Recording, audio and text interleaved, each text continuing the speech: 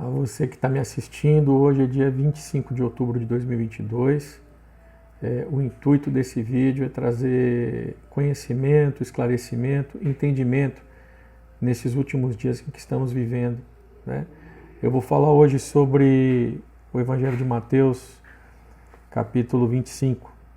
Nos fala sobre a parábola das 10 virgens. Eu vou estar lendo e depois eu vou estar refletindo aqui sobre o assunto.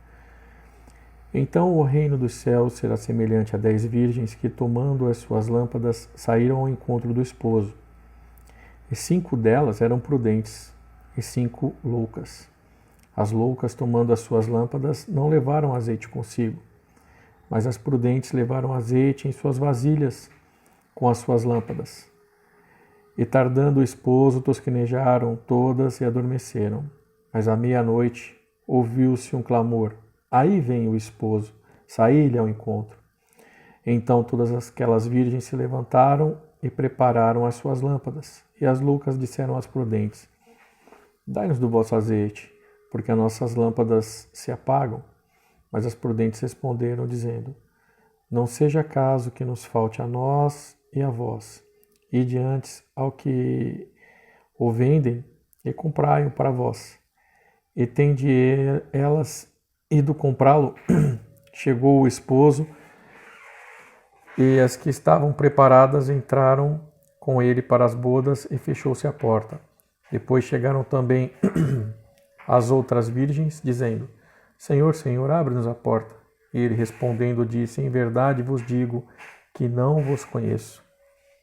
Aí uma advertência: vigiai, pois, porque não sabeis dia nem a hora em que o Filho do Homem há de vir.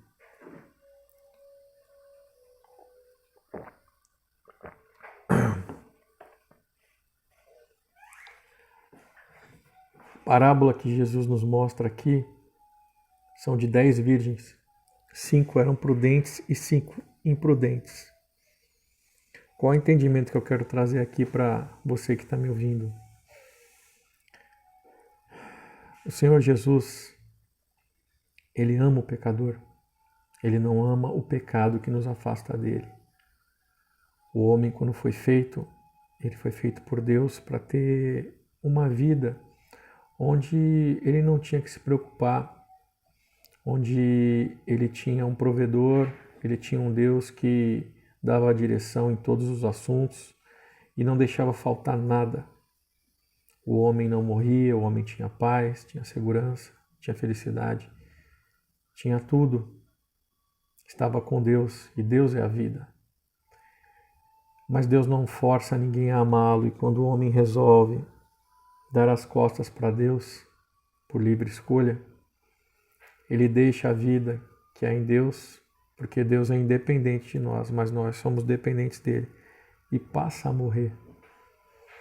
Por isso que a gente olha para o mundo como está, um mundo que não há justiça, e fala: poxa, se Deus existe, as pessoas que não conhecem a Deus, por que isso se ele é todo poderoso? Ele existe, ele é todo poderoso, mas ele não te obriga a estar com ele ou amá-lo. As escolhas são nossas, nós escolhemos a justiça de Deus ou a justiça dos homens, que é a que bem conhecemos. Na palavra de Deus relata que a justiça dos homens é como um trapo de imundícia.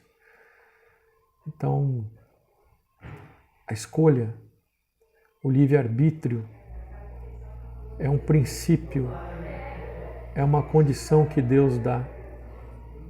Ele não obriga ninguém a estar com ele ou a amá-lo, né?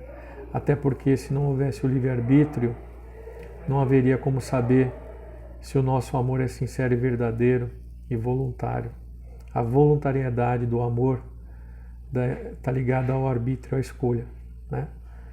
E quando ele nos fala aqui de 10 virgens, 5 loucas e 5 prudentes, ele está falando da igreja fiel e a infiel, ele está falando dos irmãos, de nós, da igreja, daqueles que conhecemos a Cristo e o escolhemos. Porque o que nos afasta dele é o caminho largo, é o pecado. E o que nos aproxima dele é o caminho estreito, a santificação. Ah, mas isso está ligado a uma série de condições, de coisas que façamos. Não. Não temos mérito nenhum pela salvação. Na verdade, nós fomos perdoados pelos nossos pecados. Mas os nossos pecados, eles foram pagos. Os nossos pecados, eles foram perdoados, porque Jesus tomou a nossa dívida sobre ele e pagou com a própria vida. E a palavra de Deus não volta atrás, porque ele é santo. Ele não pode anular aquilo que ele mesmo estabeleceu, porque ele disse que quem pecar vai morrer. E por isso ele veio e morreu por nós, para que nós possamos viver. Ah, mas você continua morrendo. Sim, o corpo. Mas nós que cremos no Senhor, como está no Evangelho de João descrito, ainda que morramos, viveremos. Aqueles que creem em Deus nunca morrerão. O corpo perece pelo pecado, mas Jesus veio resgatar nossas almas. A palavra nos diz que ele enxugará dos nossos olhos toda a lágrima. Glória a Deus. Hoje nós temos que nos preocupar com o dia de amanhã, com a situação, com os acontecimentos, com a perseguição, com o trabalho, com a saúde.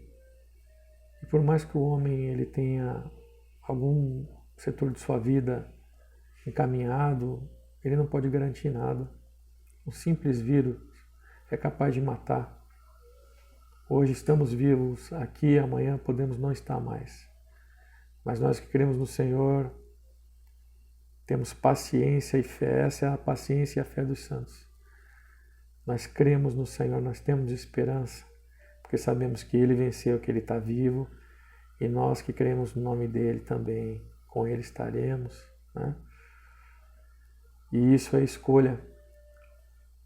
No mundo de injustiça, escolhermos estar com Ele, acreditar nele ou não. Isso é escolha, isso é fé, né? E temos dois caminhos diante de nós. O nosso corpo é de pecado, ele sabe que nós somos pecadores. Ele pagou por todos os nossos pecados, o que cometemos e o que ainda vamos cometer. Mas existe uma diferença entre conhecer e lutar contra o pecado e entre aceitá-lo. A palavra nos diz que aquele que diz que não tem pecado faz de Cristo mentiroso, e ele não é mentiroso. Ele sabe das nossas fraquezas, ele conhece, mas ele é fiel e justo para nos perdoar quando nós lutamos contra o nosso pecado, quando nós nos arrependemos, né? Paulo mesmo descreve: o bem que quero não faço e o mal que não quero pratico. É porque nós estamos presos a esse corpo de pecado. Mas um dia nós estaremos libertos deste corpo, né? Cristo nos deu esse poder. Ele venceu.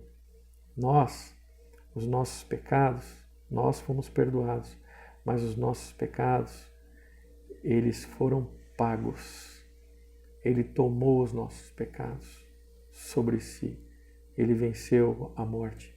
Então eu digo para você, não tem pacto, não tem aliança, não existe nada que possa te afastar do amor de Deus. Desde que você queira, que você aceite, não importa onde você está, no buraco mais profundo ou no cume mais alto da montanha, do reinado desse mundo, não importa onde você esteja, não há profundidade ou altura que possa nos separar do amor de Deus. E Deus, Ele sabe, Ele conhece a tua necessidade. E Ele tem pressa em te abençoar, porque Ele te ama muito, Ele nos ama muito. E Ele é todo poderoso. E Ele quer nos salvar. Então, quando Ele descreve aqui essas virgens prudentes e as virgens loucas, Ele está falando da igreja, dos irmãos. A igreja não é um lugar físico. A igreja somos nós somos o templo de Deus. O Espírito Santo, que fala nesse momento pela minha boca, ele fala pela boca dos servos de Deus, né? A boca fala que o coração está cheio, né? O Senhor disse: eu vou para o Pai, mas não os deixo órfãos, deixarei o Espírito Santo. Aquele que testifica do Senhor Jesus, segundo a palavra de Deus, é o Espírito Santo, né? Esse é o que se opõe até que do meio seja tirado, né? É o Espírito de Deus. A igreja é um grande entrave moral. A palavra diz que as trevas odeiam a luz, porque a luz expõe as más obras, né? Então quem está nas trevas não é que não queira vir para a luz, mas aqueles que odeiam a luz são os que não querem a Deus. Mas há muitos que estão nas trevas, que vêm para a luz, reparam, percebem a sua situação, suas más obras, que se convertem das trevas para a luz. Esses são os escolhidos de Deus. E há um processo na vida de todo crente. E a escolha de lutarmos contra o pecado ou de permanecermos no pecado. Aquele que luta contra o pecado diariamente, esse é a virgem prudente. Porque nós somos maus, nós somos pecadores, mas Ele é bom. Ele conhece as nossas limitações e Ele nos ajuda a vencer, porque nele tudo podemos. Mas aquele que resolve ficar no pecado, aceitar o pecado na sua vida, que não está no caminho estreito, mas está no caminho largo, confortável, do Deus que tudo aceita. O nosso Deus é amor realmente, mas Ele não aceita tudo. Ele tem uma verdade, Ele disse: eu sou o caminho singular, a verdade singular e a vida singular. Ele não é uma filosofia, um vento de doutrina, Ele é uma verdade absoluta. E crer nessa verdade, aceitar essa justiça, é a escolha sua. Lutar contra o pecado é uma escolha que temos que fazer todo dia. Mas quando resolvemos permanecer no pecado, aí é iniquidade. São as virgens loucas que estão vazias. E elas chegam para as prudentes e falam: dá-me do teu azeite. Mas a salvação individual cabe a cada um de nós. Lutar contra o pecado. É uma situação individual de cada um. Veja, não estamos sós. Nós temos o Espírito Santo Consolador, que vai nos ajudar a vencer, porque Deus é poderoso. A palavra nos diz que quando nós tememos ao Senhor e o buscamos de todo o coração, os anjos do Senhor se acampam ao nosso redor. E os do adversário das nossas almas, uivando como um leão, porque querem tragar a nossa alma. Ao contrário de Deus, de Cristo, nosso Salvador, que veio para nos dar a vida eterna, o opositor de Deus, que quer tomar o lugar de Deus, ele veio para roubar, matar e destruir. Né? Quando uma pessoa morre, é uma a menos para pregar o Evangelho, é uma a menos para se converter para Deus. Né? O objetivo do mal é a santificação realmente do povo de Deus, porque quem não é santo suja-se mais e quem é santo santifica-se mais. Né? O que é importante entender: não é uma série de coisas que possamos fazer, não há nada que possamos fazer. Não temos mérito algum, não temos direito a nada. O que podemos fazer é escolher e lutar contra o pecado. Né? E aqui ele fala: vigiai, pois, porque não sabeis o dia nem a hora em que o Filho do Homem há de vir. Jesus Cristo prometeu que Ele virá. E eu posso dizer para vocês que essa vinda será no nosso tempo, a nossa geração. Em Mateus, aqui também no capítulo 24, no versículo 12, diz: e por se multiplicar a iniquidade, o amor de muitos esfriará. Mas aquele que perseverar até o fim será salvo. O Senhor vem. Também no capítulo 24, versículo 22, diz: e se aqueles dias não fossem abreviados, nenhuma carne se salvaria, mas por causa dos escolhidos serão abreviados aqueles dias. O Senhor Jesus vem. Né? Em Mateus capítulo 24, no versículo 29, descreve a vinda do Senhor. E nos diz assim: e logo após a aflição daqueles dias, o sol escurecerá, a lua não dará sua luz e as estrelas cairão do céu, as potências do céu serão abaladas. Então aparecerá no céu o sinal do Filho do Homem, e todas as tribos da terra se lamentarão e verão o Filho do Homem vindo sobre as nuvens do céu com poder e grande glória. E ele enviará os seus anjos com rígido clamor de trombeta, os quais ajuntarão os seus escolhidos desde os quatro ventos de uma a outra extremidade dos céus.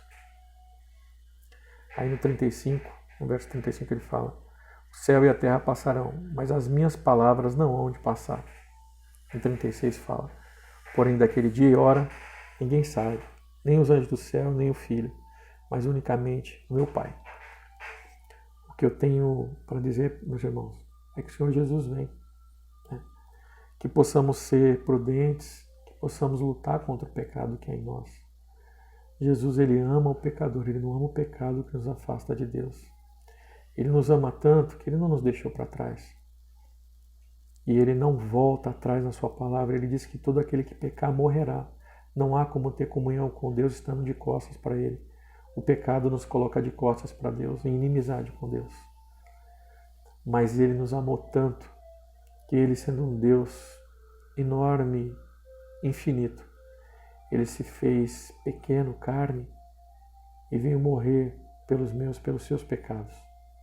Pelos pecados de todo aquele que o aceita e crê. E a palavra diz também que Deus Pai deu a todos que o recebeu, o Senhor Jesus, o poder de serem feitos filhos de Deus. Saiba que quando você recebe a Jesus, você não apenas tem os seus pecados perdoados, mas você é feito filho de Deus, você se torna filho de Deus. Eu anseio muito pelo dia em que eu verei meu Senhor, porque Ele vem. Né? Nós que morremos antes, nós vamos direto para o céu e ficamos perante Ele, esperando, aguardando.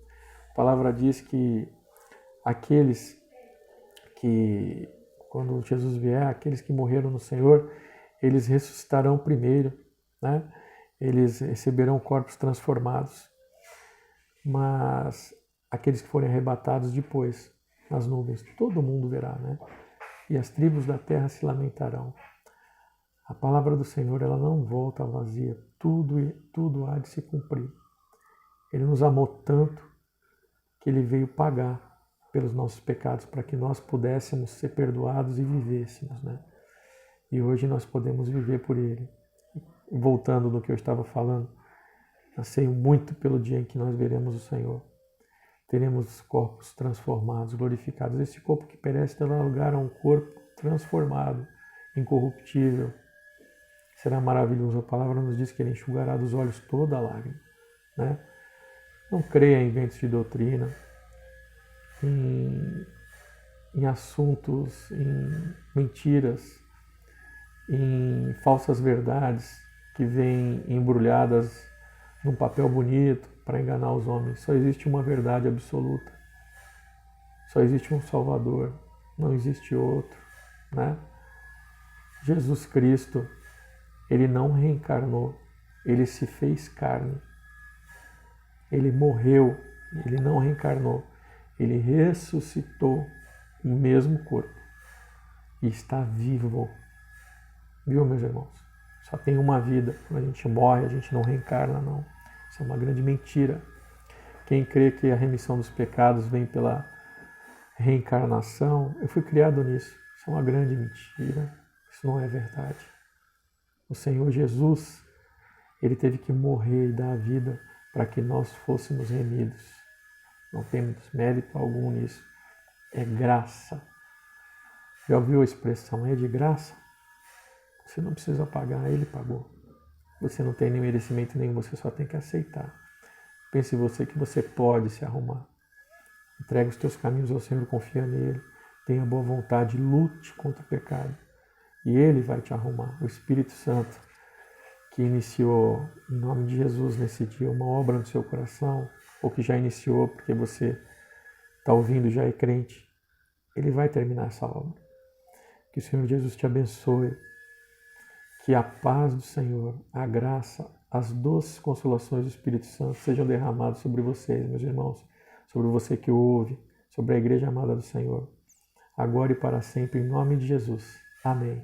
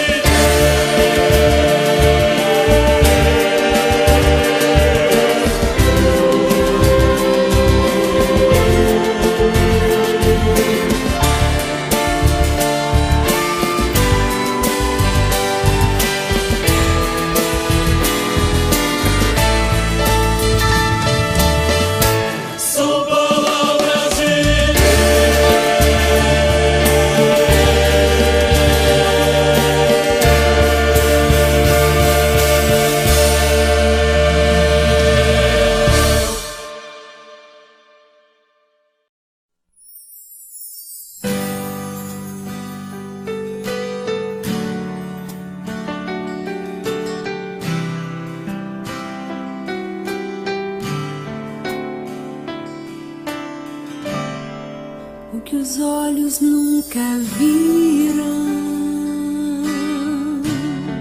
o coração nunca sentiu. Deus preparou em teu favor para te abençoar. Abra o seu coração e deixe que a luz venha brilhar em teu viver eternamente.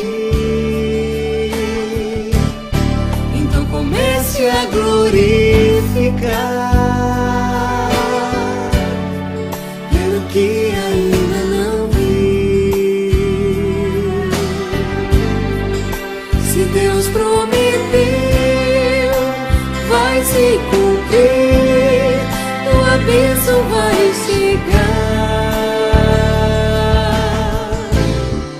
Abra o seu coração e deixe que a luz venha brilhar em teu viver eternamente. Então comece a glorificar, dai glória a Deus pelo que ainda não vi. Deus é fiel. Se Deus prometeu, vai se cumprir, tua bênção vai chegar. Então comece a glorificar pelo que ainda não vi. Se Deus prometeu, vai se cumprir, tua bênção vai chegar.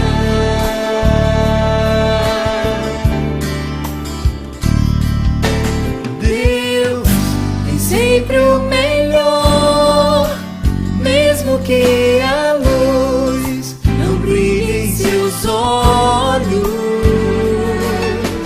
Vê, Deus ama você, já decretou a tua vitória. Deus tem sempre o melhor, mesmo que a luz não brilhe em seus olhos. Vê, Deus ama você, já decretou a tua vitória. Basta crer.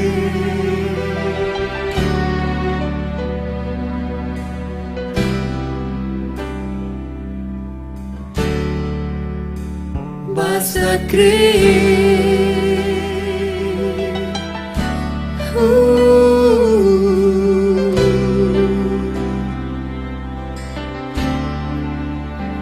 Basta crer.